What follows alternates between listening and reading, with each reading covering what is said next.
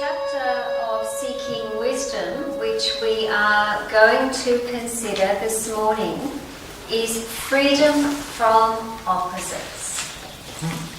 Freedom from opposites, which is an intriguing subject.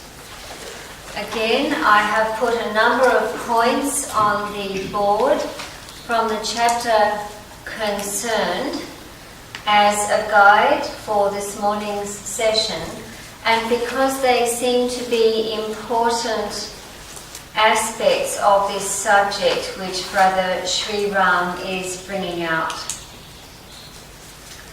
Have you ever thought that we are a bit like pendulums? You know, with a large clock, the pendulum goes back and forwards. Perhaps in many ways we are like this, but are not necessarily aware of it. The title of this chapter, Freedom from Opposites, suggests that perhaps we are even bound by opposites, but need to find a point of freedom through which they do not chain us so much.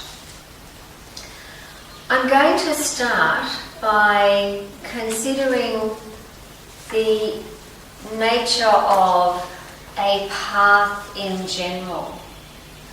In the physical world, what is the function of a path?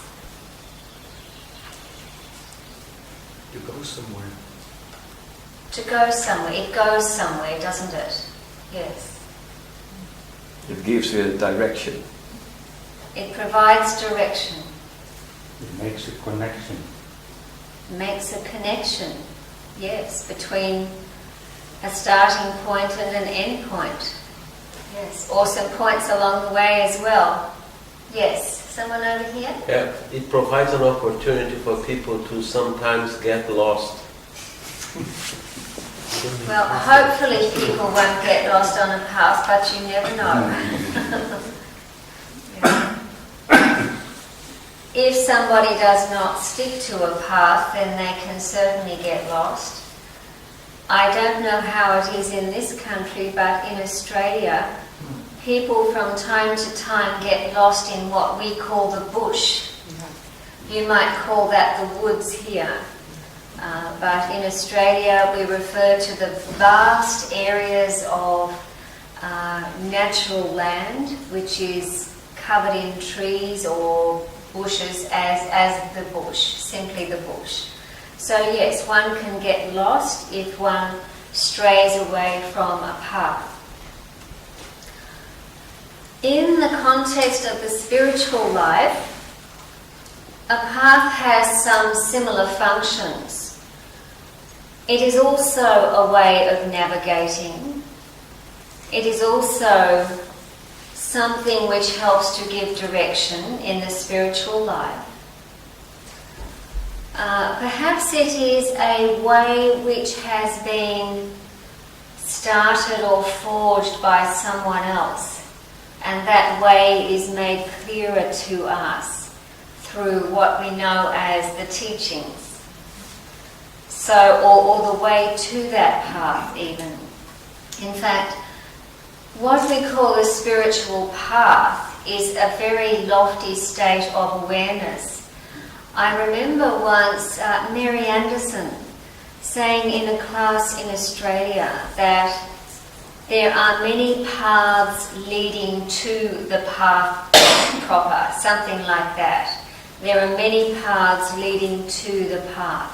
So many people are perhaps searching for something which gives them a spiritual direction in life, and they may take many more like tributary pathways, just as a river has tributaries that feed into it before they actually contact the path. Now, at the beginning of this chapter, Sri Ram talks about the middle path. He says, the phrase middle path used in Buddhist teachings has been interpreted as a way of life which avoids the extremes of asceticism and self-mortification on one hand, and lustful or pleasure-seeking indulgence or the other. So immediately it can be seen that the middle path is not an easy path. Because so often people are pulled along by their desires. Sometimes if the desires get too strong, they may do something very austere for a period of time to perhaps try to make up for this. Some people may go on a long retreat or something of that nature. So this middle path is an interesting one. Sri Ram continued, possibly the Lord Buddha referred to conditions which existed in India in his time and used the phrase mainly in reference to them, in reference to those conditions at that time. But, he added, it is susceptible of a much wider meaning. So this middle path is a very interesting subject. When you hear those two words, middle path, what do they imply to you?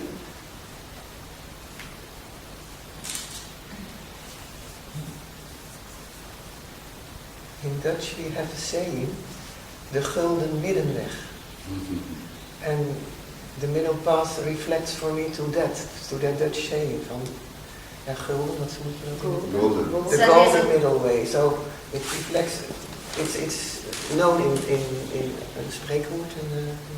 So there is a Dutch equivalent Expression. to middle path or middle way. Are they the same words or do they have a slightly different meaning? Gold.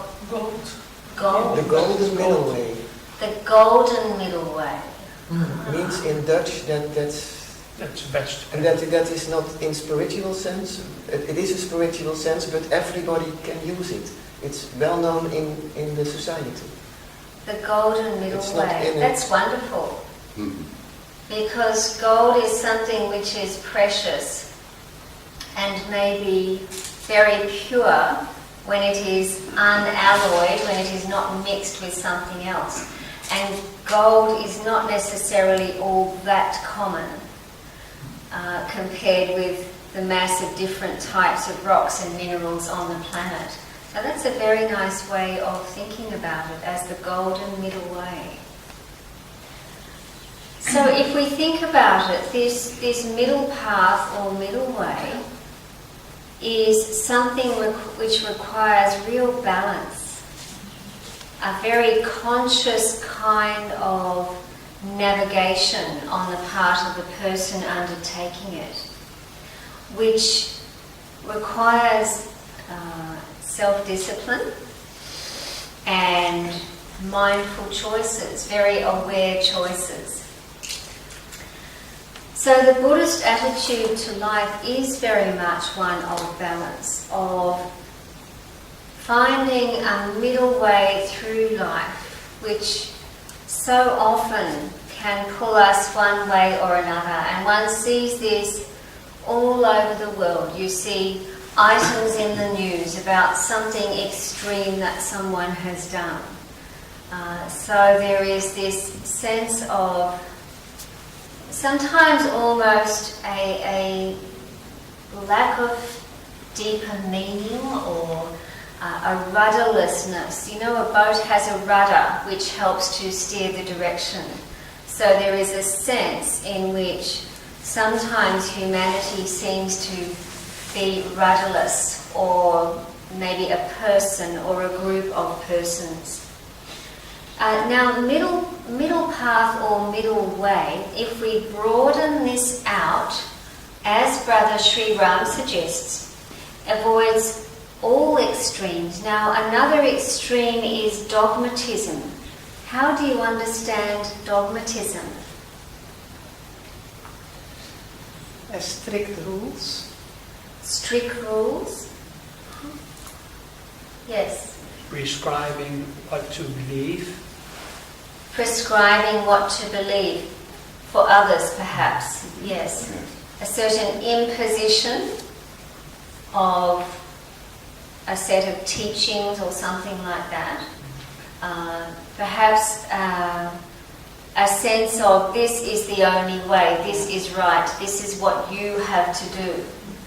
And of course the Theosophical Society, which values freedom of thought so very highly, is an atmosphere in which dogmatism hopefully is diminished as much as possible.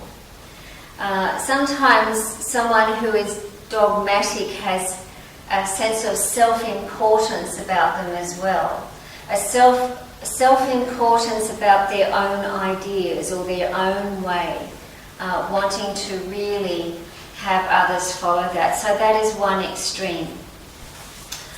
Another extreme is intolerance. How do you understand intolerance?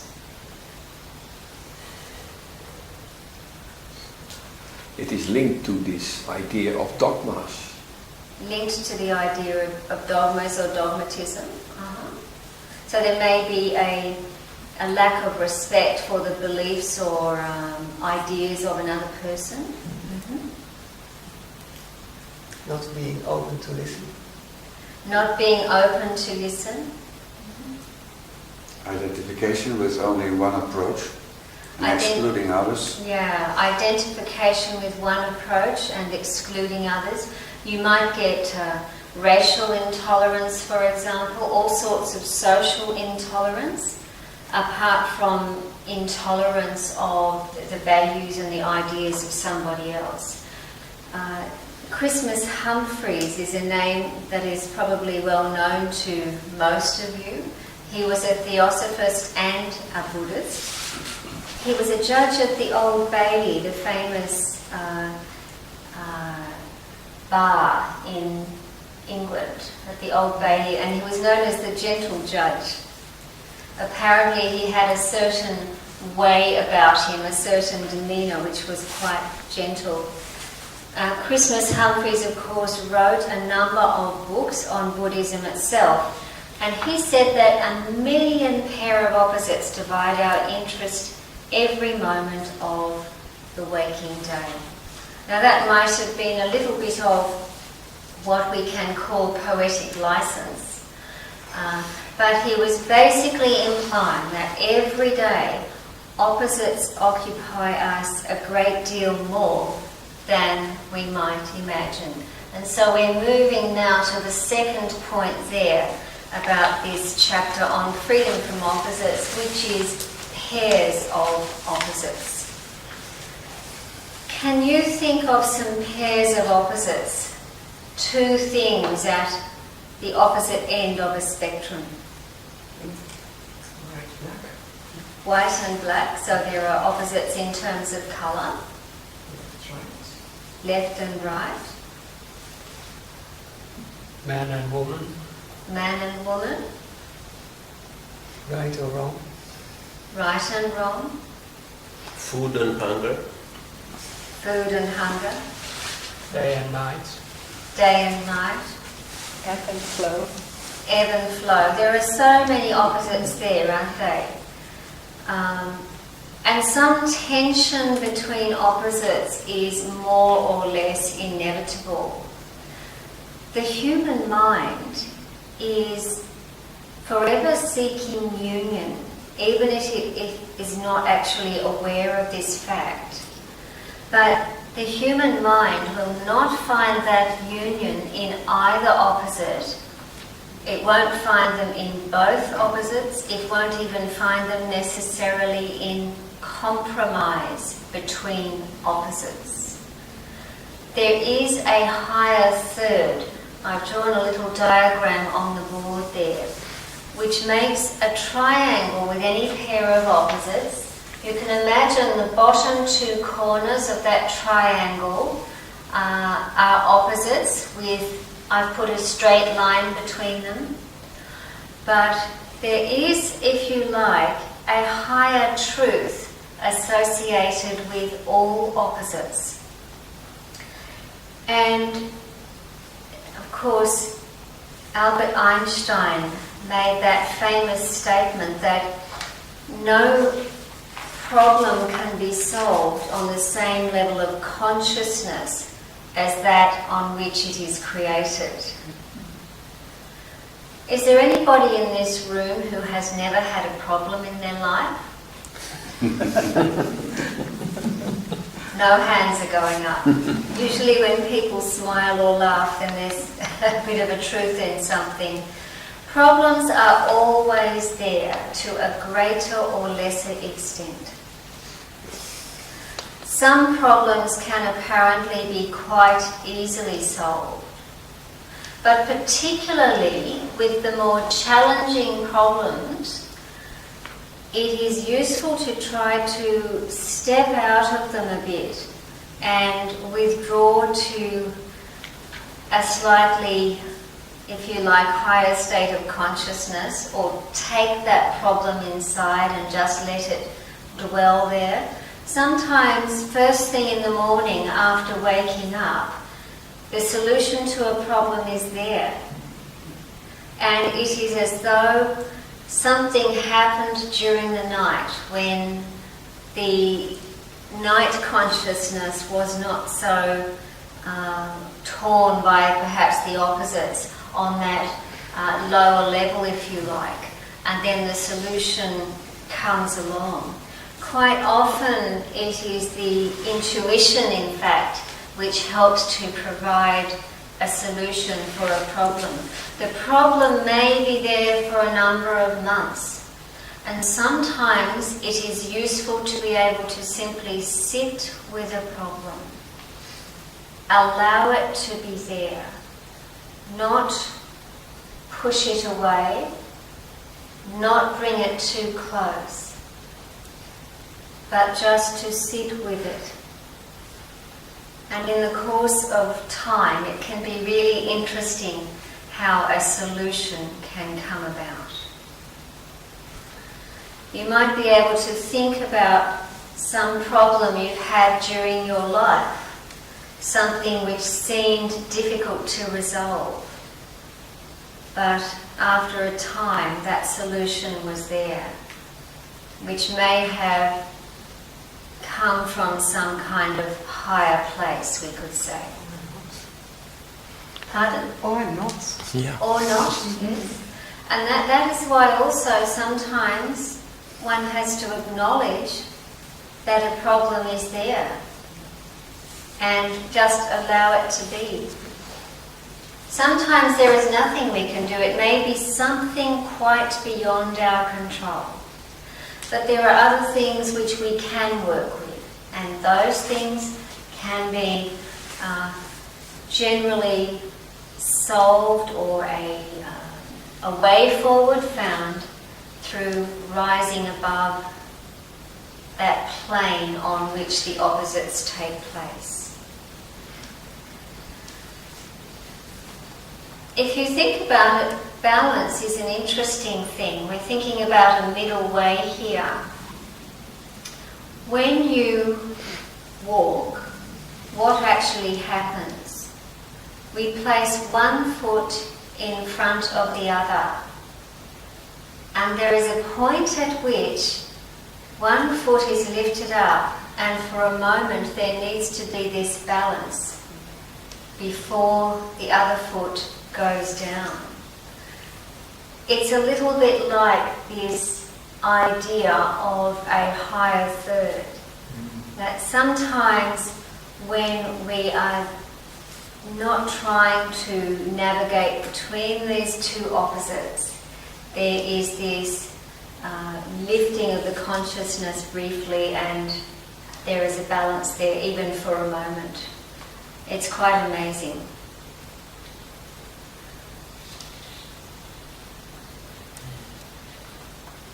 All right. Also drawn on the board here at the bottom is the very well-known yin-yang symbol, which is a wonderful way of showing how polar opposites exist within a whole, and how each of those opposites contains the seed of the other. But even more, if you look at that wavy line between the yin on the left and the yang on the right, if you look at that wavy line and imagine it is even more deep, there is another version of a yin-yang symbol, which is a very fluid one, which shows that there needs to be a dynamic relationship between the opposites, really, for the whole thing to pulsate and function well. Now, when we look at the seed of one in the other, it is a reminder that any quality, when taken to an extreme, results in its opposite. Can you think of any examples of that? Can you repeat your statement, please? A quality, can you think of an example of a quality which, when taken to an extreme, results in its opposite? Yes. Maybe people are manic depressive. They have a time they are manic. They are very manic. Depressive. They have manic. People who are manic Manic depressed. and depressed. Yeah, Alright, okay, that's one example. That's two extremes. Uh-huh. They normally work in stock markets. Okay. Yeah. What about helpfulness? What if helpfulness is taken to an extreme? What might happen? Can you think of a situation? Maybe get a burnout.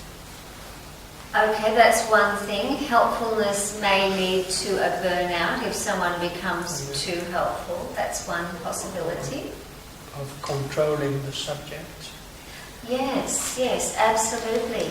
It can actually be damaging if it is taken too far. And parents would be very well aware of this balance, I think, that needs to be adopted as a child grows older. Sometimes if there is too much helpfulness, it will not help the child. There's a point at which the very small child has to learn to walk. The parent cannot hold its hand forever. So this is really quite important and requires sensitivity. This is a subject we will come to in a little while. So that's one example. What occurs to me is that in the school system we are trained to have perfectionism, to get 10 out of 10. Yes. And Krishnamurti is always very much against this normal school system, and so was Sriram, as I have understood from Pedro. So we are trained to go into this extreme situation, whereas if we would be trained to be satisfied with 7, Right. which is okay, which is really, then we would have more time to develop other aspects in ourselves as well. So our whole system is trained on this perfectionism, whereas the perfectionism is not in the 10, but rather in the middle. Thank you, Marielle. So she was basically talking about the school system in which the ideal is to get 10 out of 10, for example, to be trained in perfection, whereas in fact there is not necessarily an indication to the student that it is quite all right to get 7 out of 10. And that maybe more of a middle kind of way would be more desirable because of the stresses it places on the student otherwise. So yes, Krishnaji was very aware of this kind of thing. So that's something. Or perhaps the intellect may be developed so far that it actually fills up the mind so much that the mind is dulled. It is not sensitive. That's another example. Or, what about the desire for liberation? The desire for liberation in a human being may become so strong that it becomes a self-centered desire. So, it is a razor's edge. It's important to look at why we are doing something. We're now going to move to the next point, which is two really important opposites. Certainly also if we think about the vast panorama of theosophical teachings, and that is the spiritual on the one hand and the material on the other. How do you understand the two? How do you understand them compared with each other? The spiritual compared with the material. There may be different ways of looking at this. Now, as long as we see material as tables and chairs, it's not so difficult. But if we replace material for society and all its obligations, it gets difficult. Yes. Because we are living in this society, there are many obligations, paying the rent and etc. And then combining the two is difficult. Yes, thank you. So on the one hand you have material objects, but then you have also the material aspect of society. And we are all living and functioning in a society. We all have certain material obligations. Things can get more complicated, of course, when we think about materialism generally, particularly when it's taken to extreme. Any other comments? Yeah, that is a beautiful saying, to live in the world, but to be in the world, but not to be in it. Then how is the saying? From it. In the world, From it. but not of it. Yeah, of Yes. it, yes. Yeah. It's a wonderful saying, really. And that is the challenge, really, to be able to live and move and act and function in this world, while at the same time not being fully immersed in certain aspects of it in particular. And that can be a very real challenge for the spiritual person. Yes? There is a very interesting statement in the Mahatma letters that seems to integrate these two opposites. The statement is that the expression of spirit in matter is life. So whatever we see around us is a gradual expression of spirit in matter. Yes, the expression of spirit in matter is life. The two are necessarily connected very strongly. It's a question of emphasis, really.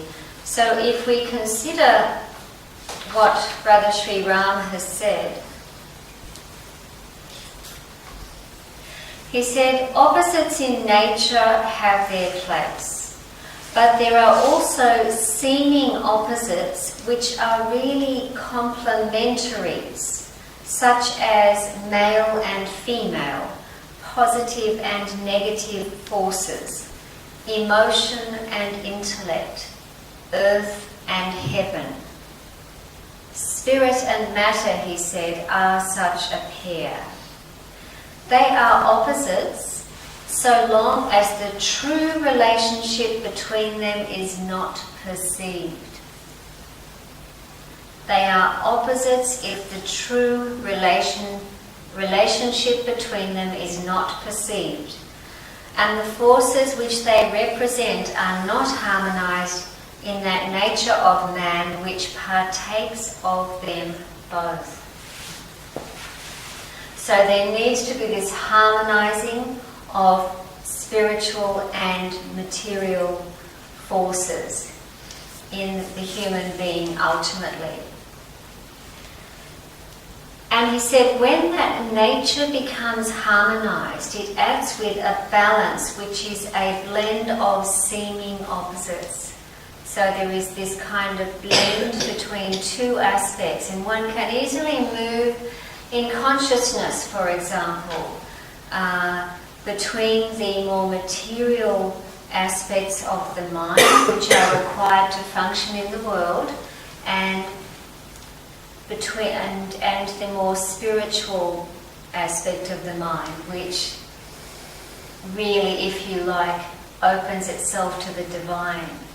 In a really harmonized and flexible mind, it's as though the mind is a pivot and it can turn from the spiritual to the material very naturally. Ultimately, the spiritual really infuses life anyway in all its aspects. Once there is this opening to that nature which is within all of us, but is only perhaps felt at certain times.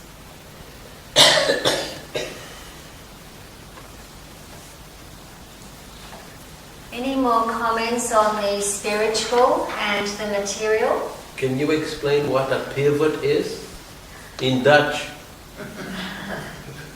I'm afraid I can't say pivot in Dutch. Een as. Pardon? Een as. Has. As. Like a fulcrum. Iets waar iets omheen draait. Axis. Ja. Ja. But how do you say that in Dutch? As. As. Us, it's also dust. Ashes. So it is something around which something revolves, is it? Yes. Yeah, something can move around that point, and ideally very smoothly. Just Yes. like a jigsaw. If you are on a jigsaw, A seesaw, like a seesaw. Seesaw, Yes. then the middle That is the moves. fulcrum point. That's it. That's it. That's yes. in the mind. Voice. In your Be- life. Absolutely. because the same concept could be applied, very briefly, to what Krishna calls the mind of a yogi that is constantly stable between success and failure, honor and dishonor, pleasure and pain, which implies that the yogi experiences all that, but it doesn't get disturbed. Yes. To experience and not to be disturbed is a most extraordinary thing. Could we also Yes. compare it with the poise in the middle of this big what is that? Seesaw. Seesaw. The poise in the middle of a seesaw is a point at which there is equilibrium before it goes one way or another. Absolutely. And when I was a boy, I was told you should never put your finger in that point, because you can get No, that would be dangerous. hurt. We're going to move on now to the next point, which is sensitivity. Sri Ram wrote, Krishnaji speaks of a nature of mind and heart that is vulnerable, by which he means sensitive to the slightest touch and resistant, sensitive to the slightest touch and non-resistant. He said, it is so beautifully tuned that it responds to every vibration and keeps out nothing. We might think that in that case it will soon wear out or become confused with contrary impulses. But because there is no resistance, every wave that comes along passes through and is never held up. I think that is quite clear. So this sensitivity is a state of non-resistance. So often we put up resistance in many ways in daily living, but this is a very high state, this kind of sensitivity. He says, if one is hurt or offended by something that happens, or some remark made to him or about him, it is because there is in him a self that resists and resents. And this is a very difficult thing to achieve. In a sense, throughout this book on seeking wisdom, Brother Sri Ram presents us with a set of ideals towards which we might aim. Some very inspiring thoughts as part of this. But to actually go into these and live them may be extraordinarily difficult. They sound simple. They sound like common sense. And yet there is a challenge inherent in them. He said that one can arrive at an inner condition in which he receives no hurt. Then he is both vulnerable and invulnerable, paradoxical as this may sound. So you have those complementary opposites again, being vulnerable and invulnerable. In this case, they are so integrated that on the one hand, one is very sensitive to the world, but on the other hand, one is not vulnerable, for example, to criticism. There was one Yes. experience in Kishneti's life that at the end he was accused by a young man who said, "You're an old man and you're stuck." And his response was, "Oh, that's an interesting thing. I'm really go into it and examine it." Yeah. That was his response. And then he went into it and he came to the conclusion it's not correct, the accusation, I'm not stuck or whatever. But at least he saw it not as an offense, but as a challenge to investigate. Yeah. So Krishnaji really went into this criticism that he was an old man and he was stuck. He took it as a challenge to see whether there was truth in that. Yeah. There was a similar story about Sri Ram. Yes. Pedro? It was in the 1960s in California, and the hippie movement was very strong. The flower power. Were there ever hippies in Holland? We are. Daar stil, wie? And the pantaloons and all that? Anyhow, so Hobart, were you a hippie? No. Never. No. So there was this auditorium there in California somewhere. It was packed. That's what I was told. It was packed. And Sri Ram was the guest speaker. And he always dressed simply but neatly, no? But he was an Indian, and of course his skin was darker than most Caucasians present there. So he gave his talk, and there was a chairperson, and as usual we do that in TS meetings, we open for questions or comments. And one of the hippies in the audience, with long hair and beard, looked at him and he said, in front of everyone, "You are a dirty old man." So the chairperson almost collapsed, but he was still there. Sri Ram was immovable, and he looked at this young man. After some time, he looked at him and he said, "I'm an old man, but I'm not dirty." And So there was truth in part of it. Yes, and acknowledged after he said that, this hippie left the hall. But he was very dignified. He didn't react. So this is very rare, isn't it? So that's one side of sensitivity, not reacting and being able to take what many people may perceive as criticism. The other side of sensitivity in relationship is sensitivity towards others. Treating others with sensitivity. And This is something which is often learned as we go along, as we build up relationships with people. Some people may be quite fragile, but we need to try to learn to understand this and to respond appropriately. So sensitivity it's like two sides of one coin. There's on the other hand our own sensitivity in what we take in, but there is also that sensitivity of consciousness which knows how to act. A fine art indeed. Is this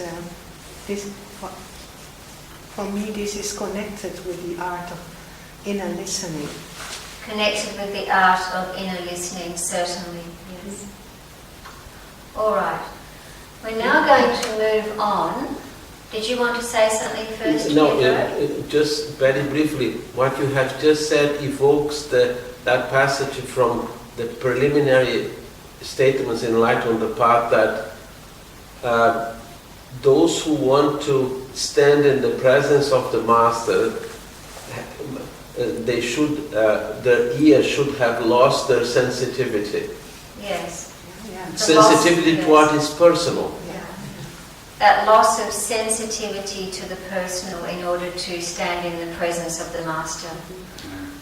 All right. We're going to move on to another statement he has made in this chapter,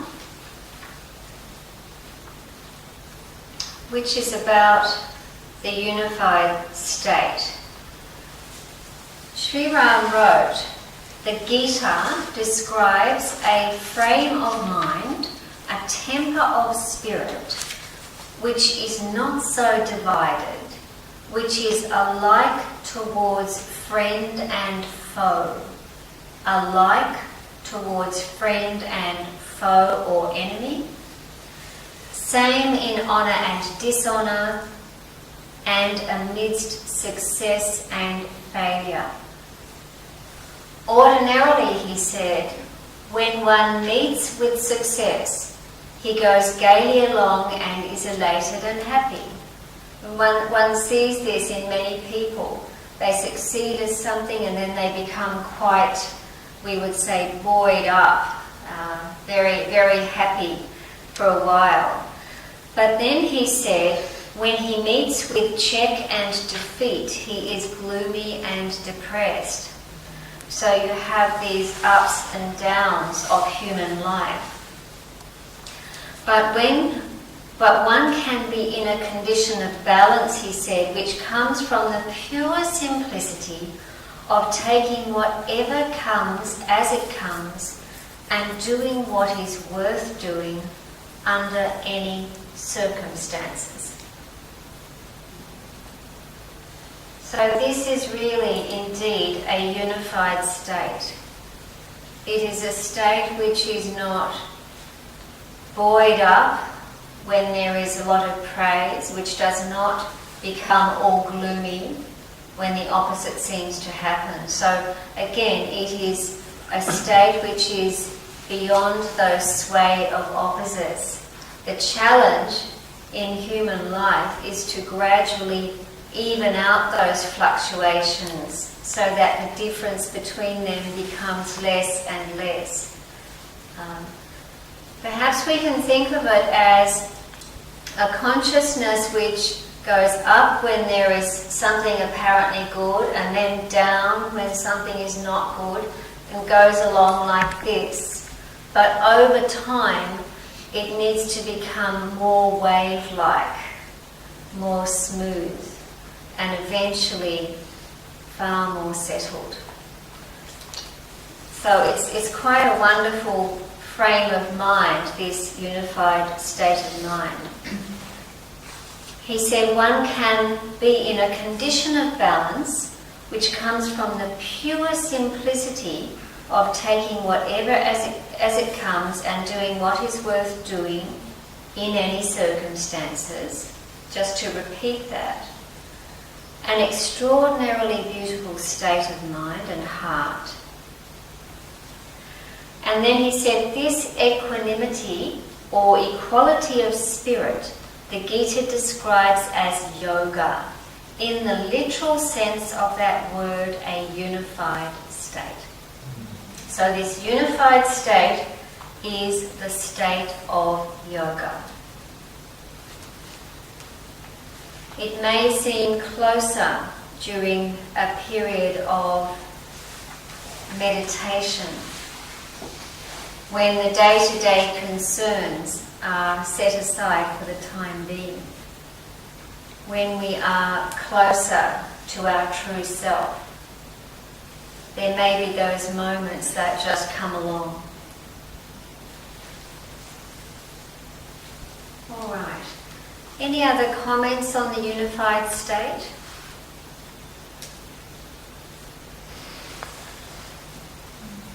Can you practice that? I wonder. Is it not just a state that comes? I don't know. Can you work for that? I think yogis do that, but I guess this whole idea of preparation for the spiritual path that may be brought out in various traditions. For example, in the Bhagavad Gita with the 18 types of yoga that are taught by Krishna to Arjuna, or in the Buddhist tradition with the Noble Eightfold Path and so forth. I think that these types of things which are taught can help prepare one for a state of yoga or union. One may use different words along the way, or may not even use the word yoga, but essentially the self-realized human being is in a unified state. The consciousness does not waver. It is steady. And it comes back to this beautiful description by Sri Ram of sensitivity, so that you are open to things of the world, they pass through you, but they don't affect you. You are aware but unaffected. He said once that a yogi is one whose consciousness enfolds everything and mixes with nothing. A consciousness that enfolds everything, which really suggests love, and mixes with nothing. So we're talking about a consciousness imbued with a universal love.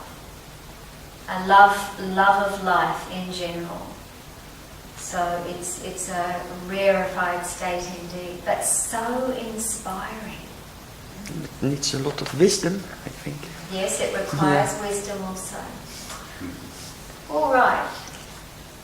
Now we're going also to... reminds yes. me on the picture of point number 2. How can you practice it? Because sometimes you're torn between some of the opposites, and you're and there's this aspect and that aspect, and you're going from one side to the other.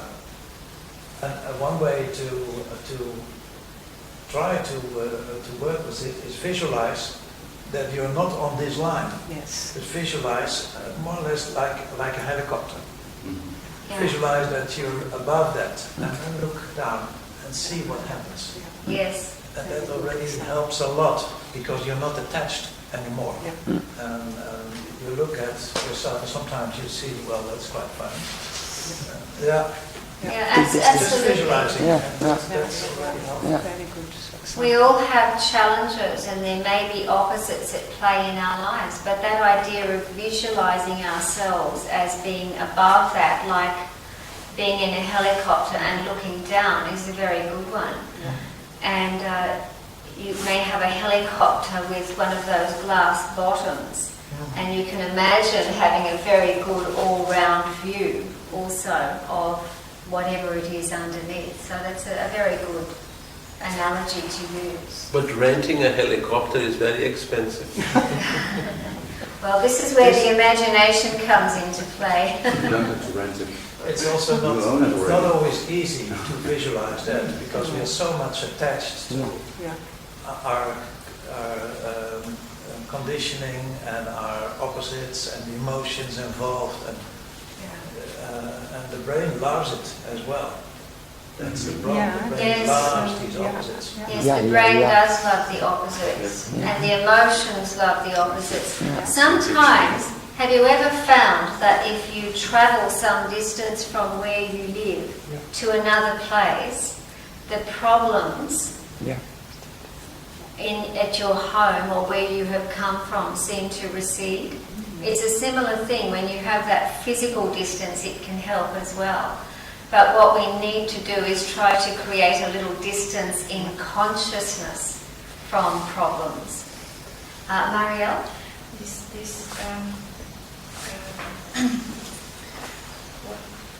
What I've learned from this talk is that it's not just that you look down at the problem, but still be part of the problem. This consciousness, sensibility. Because before I always tended to try to overlook it, so as if I was not part of it. But being part of it and being sensitive that I'm part of it in a very quiet way. So it's both. It's not just take distance, but still be sensitive. Right. So there's a fine balance between imagining ourselves some distance away from a problem, but also being sensitive to it at the same time. Yes. Because otherwise it becomes a kind of escapism. And that's Indeed. And that's what happens. Yeah. To escape, and then by escaping, trying to solve it. But it's that's not sometimes the most immediate reaction might be to just want to run away and leave a problem behind. But life doesn't work like that. Wasn't it John Lennon who said, life is what happens to you while you are making other plans? So, yes, there you are. All right. Let's move on to negation of the self now.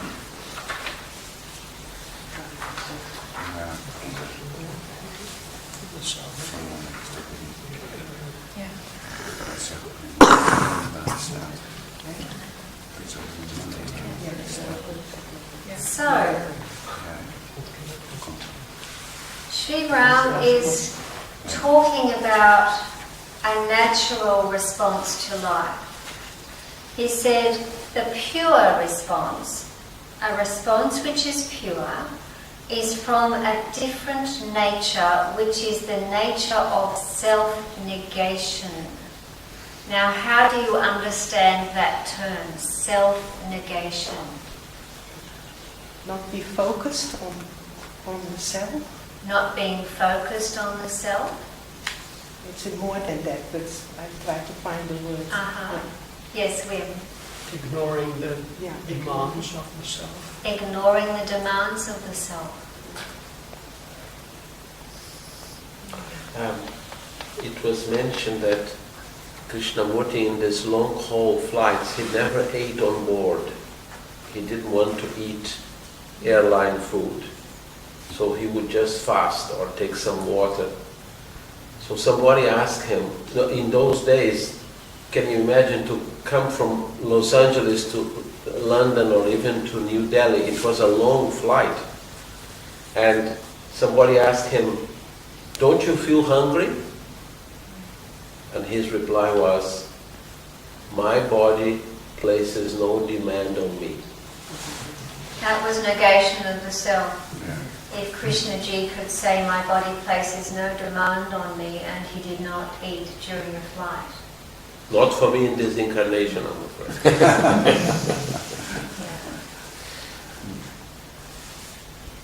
He said, in a state, this is Sri Ram again, in a state of absolute negation in oneself, which is the negation of the self, the action that takes place arises freely out of the truth which then manifests itself in the place of the self. So what he is talking about is emptying the personal nature.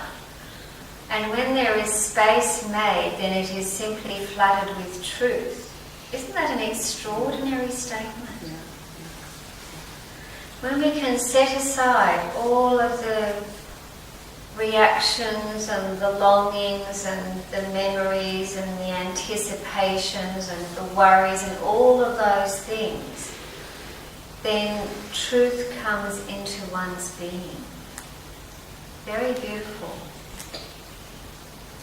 He also said that its action is like that of a perfect artist who knows instinctively where to draw the lines. In the same way, one knows then what is right and what is not. When truth is there, one knows what is right and what is not. He brings to bear on his work an innate natural discipline. We often think of discipline as something which we impose upon ourselves, and it seems to be unnatural, but he is talking about an innate natural discipline, something which is there but which we have perhaps covered up, which consists, he said, in the avoidance of what is gross or harmful, what is disproportionate or unbeautiful. Out of the state of negation, he says, there arises a positive energy. And this is where we move to the energy of the one self. Of Indian philosophical thought. He said that one self is alone because it is without a second. Being alone, it is ever unsullied, that means absolutely pure, unaffected by anything whatsoever that may seem to come into propinquity with it. Propinquity is closeness, so that one self is unaffected by anything that comes close to it. Now, if this is such a lofty state of consciousness, it is almost difficult to imagine. But in the spiritual life, the imaginative faculty is important. Because even if something seems beyond us, it is good to stretch the mind and use the imagination to try to understand something, even if we have not experienced it. So just to repeat that, he said, the one self is alone because it is without a second. It is pure unity. Hard to imagine. We look around the world, we look around this room, we see people sitting on chairs, we see chairs, we see objects, we see the room, we see the supports of the room, the whiteboard, all of that. When we look out of our physical eyes, we see everything as separate. It is only when a certain inner sense comes to play, when we can really feel this inner sense, when it comes into our being, that we start to really understand the one self in all. It's quite easy to look at the beautiful woods out here. We look at the trees and think the one self is there. That they are an expression of that one consciousness. But sometimes it is very difficult when we look around us at the human world, especially when we consider the humans that we have to deal with more closely to actually apprehend the one self at work there. And there lies perhaps the biggest challenge. Any thoughts about that? What helps me, I found out how can I come in, not that I am that, but how do I come to that feeling of it? Mm-hmm. Is there a feeling? And I was sitting still a couple of years ago and I asked myself, what represents that one is feeling? And then I heard my heart beating and I imagined the heartbeat of the universe, that I was one in the heartbeat of the universe. And sometimes when I sit and it's a little bit difficult, I go inside and I try, and it happens, and feeling the whole heartbeat of the universe, and because there is only one heartbeat, and that helps me. So you imagine your own heartbeat as one with the heartbeat of the universe. Yes. Again, it's that And imaginative it's faculty. so then you hear it. Yeah. I can't explain it. Beautiful. Explains very well. That helps me. Thank you for sharing that. All right. I suggest that we just have a moment or two of silence and contemplate this beautiful oneself.